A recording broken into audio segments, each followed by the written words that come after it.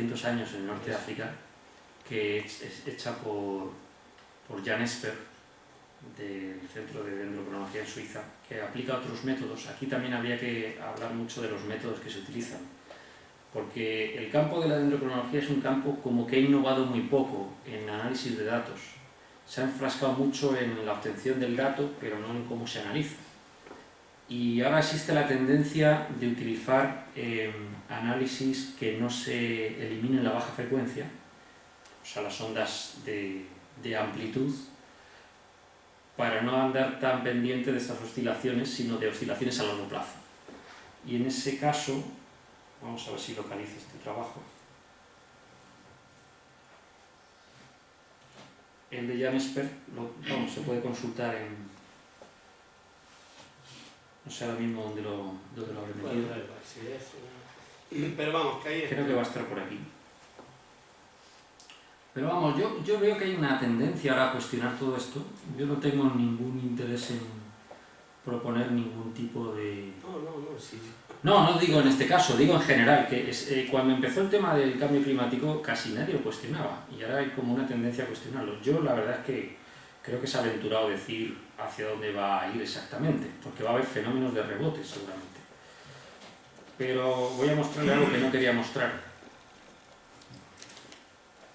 Pero no quería mostrarlo porque yo soy muy supersticioso, entonces pienso que si muestro algo que no he terminado, voy a perder como fuerza de poder concluirlo, porque me pasa habitualmente que empiezo una cosa y no la acabo.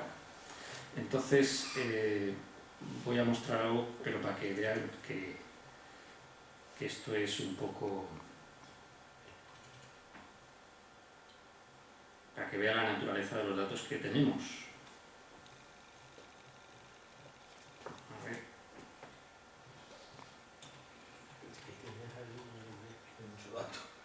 Sí, no, pero es que tengo aquí uno particularmente que estoy... a ver si lo localizo. Este es. Y que tiene que ver con la utilización de modelos no lineales.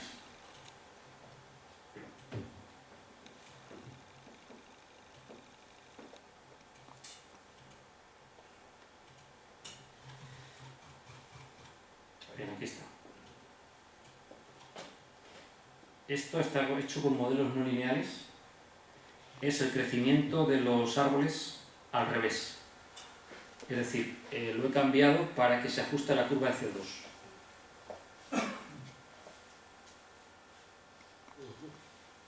Es decir, el árbol realmente iría al revés. Este es el dato del árbol, esta es la curva de CO2, iría al revés. Pues lo he puesto así para que los dos vayan en la misma dirección. Por favor, miren la correlación ahí abajo.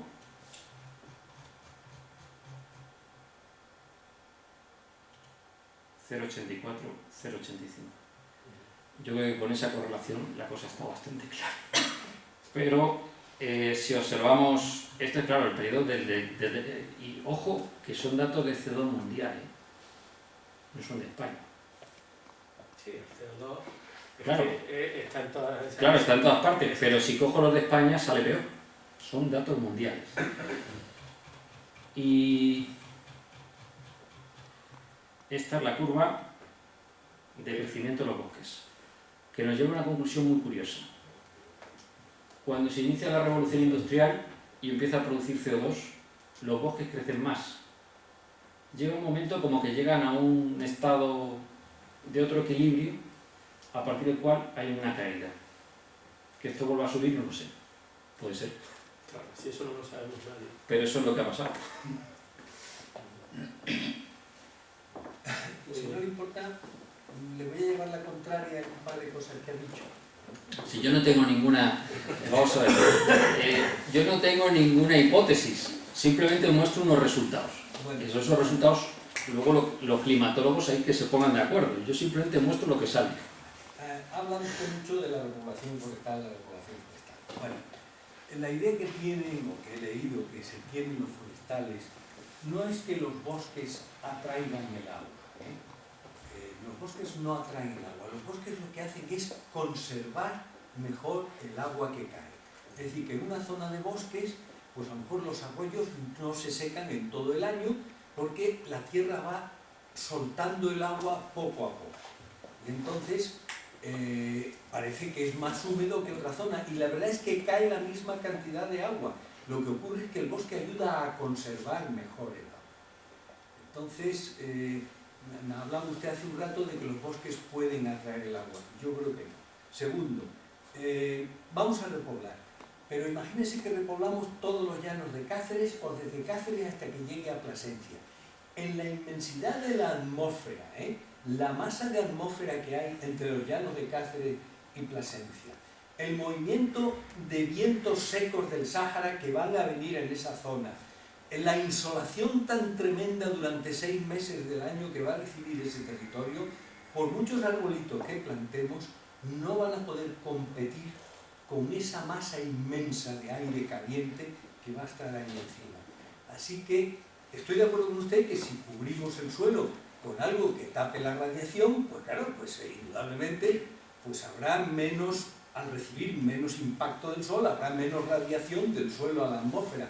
Pero de ahí a decir que esa masa de árboles, y contando con la cantidad de tiempo que tardarán en desarrollarse, va a poder influir sobre los millones de toneladas de aire que hay, del volumen de aire caliente que va a haber ahí encima. Recordemos que los embalses del Plan Badajoz no han conseguido cambiar el microclima de las zonas de las Siberias, no ha cambiado ni siquiera alrededor de sus embalses. Esas masas inmensas de agua no han conseguido que aumente el verdor alrededor en las orillas de los embalses. Es muy difícil competir con el aire caliente. Mire. Luego, perdone, voy a decir otras cosas. Ha dicho usted que el aumento del CO2 en el aire favorece a los árboles. Es verdad. En el periodo Jurásico, cuando existían en la Tierra los helechos arborescentes, es decir, que los helechos eran como árboles de grandes, el volumen de CO2 en la atmósfera era muy superior al que hay actualmente. El carbono es uno de los elementos que constituye el organismo vivo. Por lo tanto, la abundancia de carbono favorece a los organismos vivos como son las plantas. Y luego ya por último, me suena a mí haber leído que las glaciaciones en la Tierra, tuvieron periodos interglaciares. Además uno se llamaba Ries, otro se llamaba Wood. Hay como 5 o 6 periodos interglaciares entre los cuales se desarrolló la humanidad. Y leí, o me suena haber leído en algún sitio, que estábamos ahora justo en el centro de un periodo interglaciar con mucho calor, pero que de repente empezaría a venir el frío, y llegaríamos otra vez a una nueva glaciación. Estamos hablando de periodos a lo mejor de 10.000 o 15.000 años. Es que claro, estamos en el 2009, o sea que nuestra medición del tiempo ha retrocedido en 5.000 años, contando antes de Cristo, ¿no? Pero en periodos de 10 o 15.000 años es posible que entremos en una nueva glaciación porque estamos en medio de un periodo interglacial. Y con esto no interrumpo más. No, sino por lo contrario. Si es que yo no sé lo que va a pasar. Es decir, yo lo único que le puedo decir es que hay factores que todos apuntan en direcciones a veces contradictorias y en algunos casos, por ejemplo, la actividad solar. No he dicho antes que los castaños de Montánchez, además de estar relacionados con el número de días de lluvia, también tiene un efecto mejorante por actividad solar, es decir, más fotosíntesis. Pero respecto a lo de la no idoneidad, o sea, vamos a ver, si plantamos muchos bosques y aún así no podemos contra el cambio climático, no lo sé, yo creo que eso no lo sabe nadie, pero si no lo hacemos, desde luego no vamos a poder ni siquiera minimizar un poco ese efecto. Mire, esa fotografía es una fotografía del Parque del Príncipe, que tengo enfrente de casa, tomada con radiación infrarroja. Fíjese cómo está hecha a la primera hora de la mañana, según va amaneciendo. Fíjese cómo las copas de los árboles están recogiendo esa radiación. La clave es que si dejamos el suelo desnudo, se calienta muchísimo más. Si plantamos bosques, la radiación es interceptada por la copa de los árboles y la atmósfera se calienta menos. Luego sí que es cierto que los bosques atraen lluvia, pero por la razón de que la atmósfera encima de grandes masas boscosas está más fría, por tanto es más fácil condensar más el agua, el vapor de agua, y provocar esas precipitaciones. Es decir, esa es la clave. aparte que producen materia orgánica y conservan el agua después de caer, también es cierto que el gradiente de temperaturas en la atmósfera que hay por encima es diferente si hay bosque y si no lo hay. Y ese es el albedo. Esa es la razón por la que se utilizan los satélites para saber cuánta biomasa hay en un sitio, porque la vegetación absorbe esa radiación. Entonces impide que se caliente la parte superior de la atmósfera. Pero esto los físicos lo saben mucho mejor. Yo toco de oído en esto. De todas formas, señor Daniel, tenía que matizar lo siguiente, que los cambios climáticos, ampliamente dicho, no se tienen en cuenta, digamos, la anomalía de Milankovitch. Y tampoco, otro factor importante es que actualmente, por ejemplo, el invierno ocurre en el perihelio, mientras que, por ejemplo, en el Jurásico ocurría en el afelio. Es decir, que entonces la diferencia de temperatura es fuerte.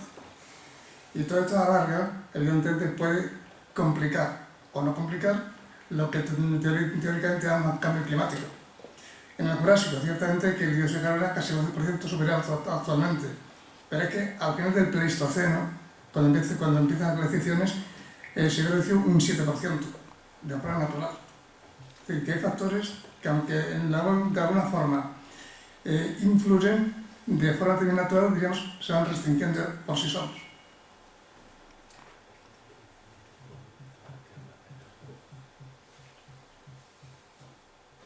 Muy bien.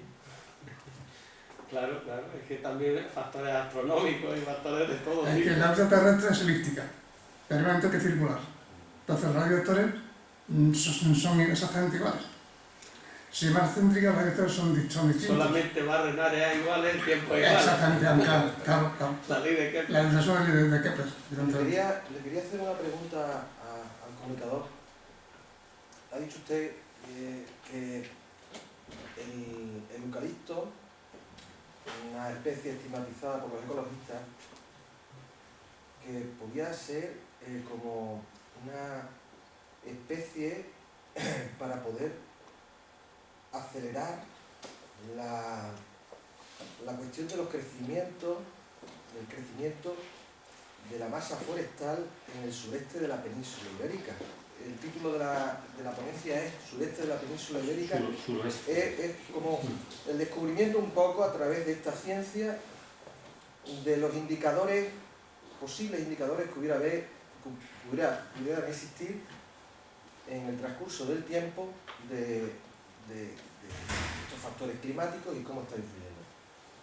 Entonces yo lo que le pregunto a usted es ¿qué razón científica tiene usted para afirmar que una especie estigmatizada por los ecologistas, en este caso por mí, ahora qué razón científica tiene usted ahora para aplicar esa especie a nuestros bosques, que es el título de la ponencia? Porque es que no he entendido entonces yo bien eso. No, yo lo que he dicho que... Quiero decírselo con franqueza, hablando con franqueza. ¿No? ¿Me explica usted bien eso? Porque claro, yo no lo veo por ningún lado. Vamos a ver, yo lo único que estoy diciendo...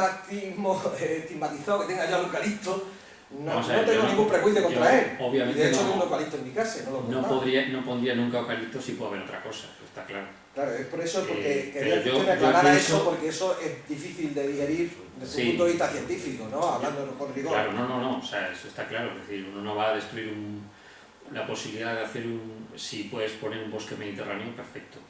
Pero pensemos que en zonas muy áridas o muy desertificadas, posiblemente establecer un bosque mediterráneo otra vez, como pasa estas zonas de los llanos, va a ser muy complicado. Se puede hacer, pero la posibilidad de que esas encinas se establezcan ahí va a ser muy lenta. Casi no hay suelo y casi no hay precipitación. Ha disminuido mucho la precipitación. Hay un efecto por el albedo.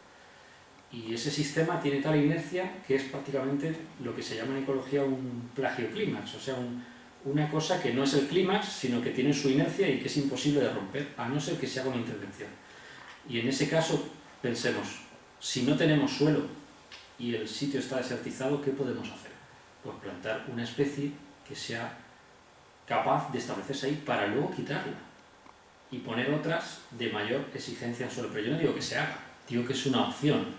De hecho, ha salido hace poco en el mundo un proyecto que parece un poco descabellado, pero que está propuesto por unos científicos de nada menos que de la NOAA, de la Agencia Gubernamental para el Clima de Estados Unidos, que estaban planteándose la posibilidad de plantar con desaladoras y riego por goteo zonas de desierto con eucaliptos para chupar el CO2. Es decir, la idea sería utilizar especies de rápido crecimiento en sitios donde no se puede poner otra cosa para absorber CO2 y para generar un albedo que sea más satisfactorio para captar esas precipitaciones. Por supuesto, después sustituirlas, pero lo mismo que digo el eucalipto, digo el pino piñonero, que en principio es una especie más cercana a nosotros, ¿no? Por tanto, sí podríamos utilizar zonas de pino piñonero para producir esa albedo. Yo creo que esto siempre, vamos a ver, yo no tengo ninguna hipótesis que defender, o sea, yo creo que esto es una cuestión siempre del mal menor. Es decir, ¿qué preferimos? ¿Dejar zonas semiáridas y que siga disminuyendo la precipitación con impactos para la población y todo? Por ejemplo, en Cáceres cada vez llueve menos. Dentro de a lo mejor 15 años, yo vivo en Cáceres, vamos a tener impactos sobre los recursos hídricos de tal calibre. Yo estoy acostumbrado a eso, porque yo me he criado en una zona en la que todos los veranos se restringía el uso del agua, hasta 1 hora al día. O sea, yo estoy acostumbrado a pasar eso. No tengo ningún problema, pero ¿lo está acostumbrado todo el mundo? Entonces, ¿cuál va a ser el impacto en una zona de ciudad donde haya esas restricciones? Va a ser tremendo. Entonces yo pienso que es mucho mejor tener un bosque de pinos a tener un desierto, sinceramente. Y yo me crié en zona de pinares y yo desde pequeño me pasaba esto que estaba usted diciendo. Es decir, yo veía los pinos y los odiaba, porque tenía el prejuicio de pensar que el pino era malo. Pero luego cuando he estudiado esos bosques y los he visto, los pinos tienen ardillas. Hay hasta 400 especies, no, 200 especies de aves en el Valle del Tietar, donde yo me he criado. Y todos son zonas de pinares.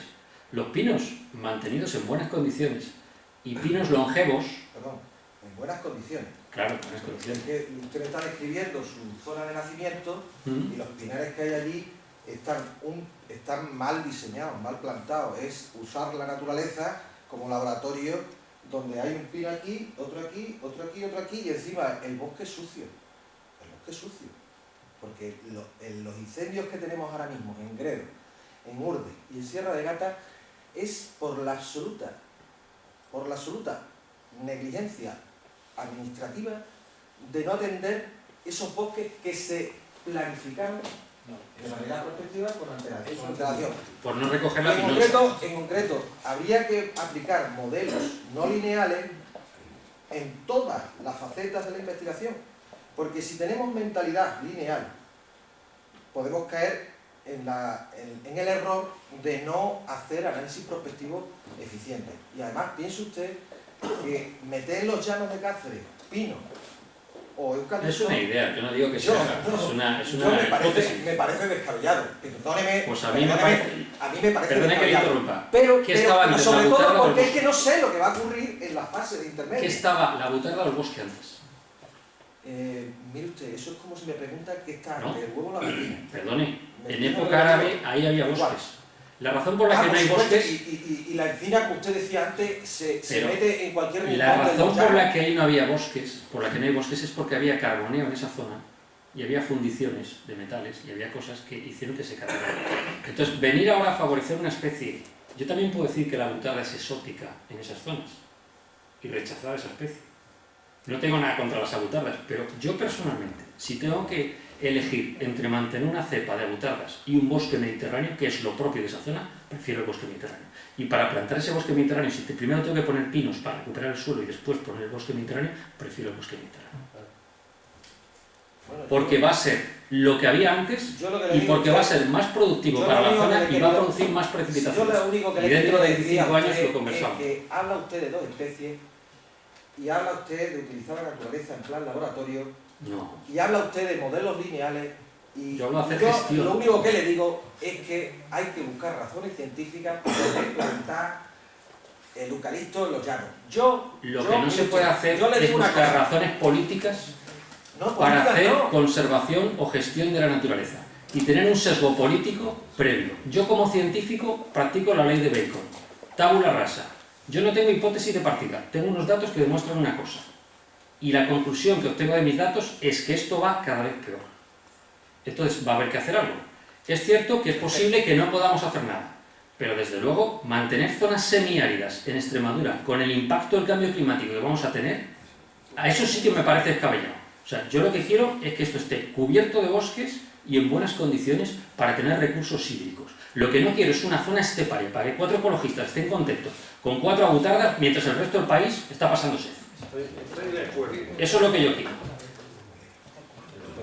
Me parece muy bien en lo que usted Y diga. podemos hablar también del Pero parque de yo lo único que Monfragüe, le digo- por ejemplo. Yo lo único que le digo es que Lo de el modelo introducir que el usted- lobo. No, el modelo que usted ha propuesto es incompleto y no se puede decir ¿Incompleto? eso está mal, el proteger eso. Pero está si mal. tengo 500 años de datos Que hay que y más de meter 400 eucalipto. series, ¿cómo puedo No, decir es que que hay es que meter. incompleto? No, perdone, mire, hay que ser riguroso cuando se habla. Más riguroso que... Y para hablar de meter eucaliptos en los llanos, tiene que usted traer argumentos y explicarlo de una manera clara. Si usted me dice a mí meter eucaliptos de manera transicional para luego Y es lo que le incorporar estoy a diciendo. las especies Es lo que le autóctonas, estoy diciendo. que es lo que está usted diciendo, y yo le pregunto nada más, porque yo no estoy poniéndome en contra, como el compañero ha dicho, es que yo No, pienso bueno, que el subimos aire el tono porque caliente, somos yo no estoy españoles, hablando no de te- polemizar con usted, No, yo no, si a mí me quiero gusta la polemizar. polémica. Aquí el único que ha dicho que los ecologistas somos lo que somos ha sido usted. Yo a usted todavía no le he juzgado, No. ni quiero juzgarlo. No, Y además, es que es más, los a mí ecologistas- me gusta la idea. A mí me gusta la Pues idea. entonces... Pero explíquemela usted, porque yo Pero si todavía se lo no he sé dicho, cómo quiera se lo he hacerlo. dicho. Es decir, pero O sea, yo le digo, usted- yo le digo al eucalipto, yo lo que estoy diciendo es que hay que recuperar ese suelo, eucalipto y esa el pino, zona ha dicho degradada. usted, el O eucalipto y el pino, eucalipto, pino, me da igual. ¿Usted ha visto la carretera que hay? Tendrá que haber un antes de- modelo, ¿no? De decir, pongo esto a tanta distancia, esta planta o no, y en cuántas hectáreas, y en qué Pues zona mientras- orográfica, en qué suelo, estudios edafológicos, qué estudios hídricos tienen los Vale, y de mientras Cáceres. estudiamos todo eso, No, es que si no lo estudias, ¿cómo te vas a poner a meter un modelo allí otra vez? Si hemos estado quitando eucaliptos y ahora vas a llegar y vas a meter otra vez más eucaliptos. pero hombre, hemos estado quitando eucaliptos en el parque de Monfragüe, que eso sí Bueno, que era una no, aberración. perdón, y los llanos. Pero vamos a ver, Hombre, sustituir estamos una quitando, umbría, perdona, estamos quitando eucaliptos en el río Guadiana. Es una conferencia con preguntas y respuestas. El sustituir, creador le pido yo que intervenga también. sustituir un bosque mediterráneo o una umbría por un eucaliptal es una salvajada. Pero dejar mantener una zona árida, desértica, cerca de núcleos de población que necesitan agua es otra salvajada. Y lo siento, lo que no se puede tener en ciencia es ningún sesgo político, ni a priori. O sea, hay que usar los datos y la ciencia tiene que ordenarse a sí misma constantemente. O sea, yo no tengo ninguna hipótesis. Yo no sé si el cambio climático está causado por el CO2, pero me sale una correlación del 85%. Yo no sé si la oscilación del Atlántico Norte va a subir o bajar, pero a mí se me correlaciona con mis datos. Si me están pidiendo lo que va a pasar dentro de 20 años, yo no lo sé. Le puedo decir lo que ha pasado en los últimos 500 y con una potencia de información suficiente. Entonces, eso es lo que importa. Yo sé lo que ha pasado y sé lo que nos espera en 10 o 15 años. No creo que en 10 o 15 años esto vaya a cambiar y el modelo vaya a hacer así, pero no me aventuraría a decir lo que va a pasar en los próximos 200 años. Pero lo que sí sé es lo que nos vamos a encontrar dentro de poco. Y desde luego lo que nos vamos a encontrar dentro de poco es una situación de restricción de agua tremenda. Entonces, que pasen hambre las abutardas o que la pasen mis hijas, pues francamente yo prefiero que pasen hambre las abutardas. Y reforestar Extremadura con tanta cepa de zona esteparia. Si quieren hacer experimentos los que trabajan con zona esteparia, se vayan a Norte de África. Porque esto nunca ha sido así, con tanta cepa en zonas esteparias. Y, insisto, es la misma película que con el tema de los ciervos en Monfragüe. ¿Quieren controlar la población de ciervos? Pues contrólenla. Pero es que con este tanto estudio, yo le voy a decir una cosa, nosotros mandamos informes el año 95 de que había sobrecarga de ciervos. Estamos en el 2009. Entonces, eso sí que es un impacto y eso hay que controlarlo. Entonces me salen con que no se puede cazar. Y que lo que hay que hacer es meter el lobo. Si usted mete el lobo en 17.000 hectáreas, el lobo se va a comer las ovejas de alrededor. El ganadero se va a enfadar. Y hoy en día una gestión de un espacio natural no se puede hacer si la población está en contra. Y no son espacios de 400.000 o 500.000 hectáreas, son espacios de 17.000 hectáreas. Usted no puede meter un lobo en 17.000 hectáreas porque tiene un área de campeo de 400 kilómetros cuadrados. Se sale del parque, cabe un lobo en Monfragüe. Si quiere meter lobo, electrifiquemos Monfragüe. con una red eléctrica para que no salga, y entonces se van a comer los ciegos. Entonces yo estoy, francamente, yo soy un científico. A lo mejor no soy un científico de primera línea, pero lo que no soy es un político. Ni tengo sesgo político de ninguna clase. Eso se lo garantizo. Y si tengo que defender una postura que va contra el interés político, porque ese yo no le he hablado. Porque lo veo todos los días, caballero. Discúlpeme si es que lo veo todos los días. Pero que yo no le he hablado de sesgo político ni de que yo no sé de qué partido político es usted. Yo le puedo decir que yo no soy de ninguno. Yo tampoco. Soy independiente. Y soy ecologista.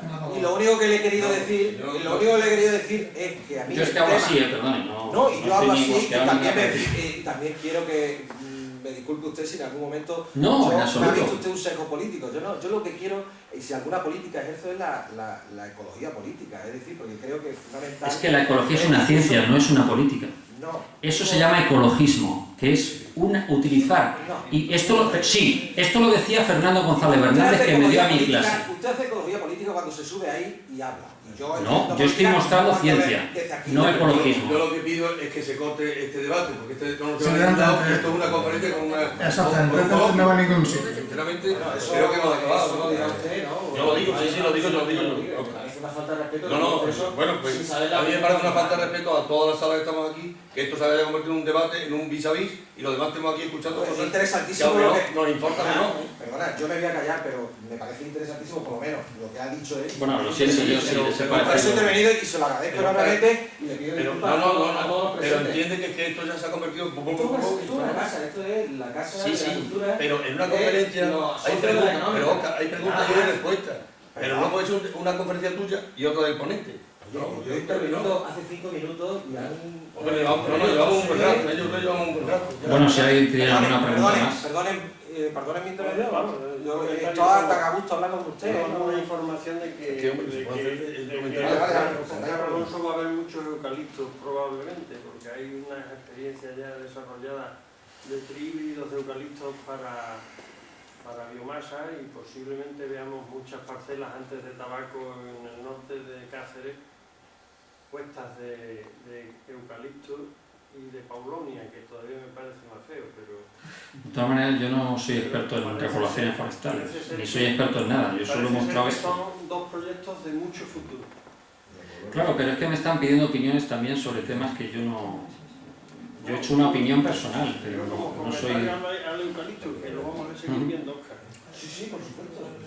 Si hay agua vamos a ver mucho. Oye, es que a mí me ha llamado la atención eso. Es por lo que le he preguntado, porque me ha llamado la atención la propuesta suya, ¿no? Porque me parece atrevadísima. No sería más aconsejable para, si se pretende que el agua que queda, que llegue a esa zona, se conserve allí. Si el eucalipto no tiene esa falta de estoma, pues evidentemente supone un grifo puesto arriba. Por ese motivo, aunque reduzca el problema ese del albedo, pero yo creo que esa otra cuestión de la falta de estoma, solamente tener unos poros donde sale el agua. Es que hablando con los físicos que trabajan con estos modelos, dicen que el albedo se está minimizando y que es posiblemente el factor más importante. Y yo lo creo, sinceramente. Claro, pero el poner la especie esa que no puede regular la salida de agua y que para su funcionamiento normal usamos para otra. la transpiración, eso es la cuestión, el problema. Si yo no tengo ningún interés en que sea el eucalipto, que ha salido el tema, pero a mí me da igual, o sea, yo preferiría que fueran todos encinas, obviamente, y de hecho hay unas técnicas que se utilizan para la repoblación, colocando la bellota con unos tubos enterrados a profundidad para que capten agua, y unas... pero eso sería más caro. Claro, pues yo Entonces, tu idea la comparto plenamente, vamos, eso de poner una especie antes de la... Es que eso es lo que se hace hoy en día en gestión forestal en Estados Unidos, en países desarrollados en gestión forestal, colocar una especie pionera que genera muy poco suelo, pero algo de suelo para establecer una segunda especie, a partir de la cual otra tercera, y finalmente llegamos al encinar, que además serían 2 etapas o 3 como mucho. Y si después el encinar se pusiera micorrizado con... Pues mejor. La última tecnología que es el consumo.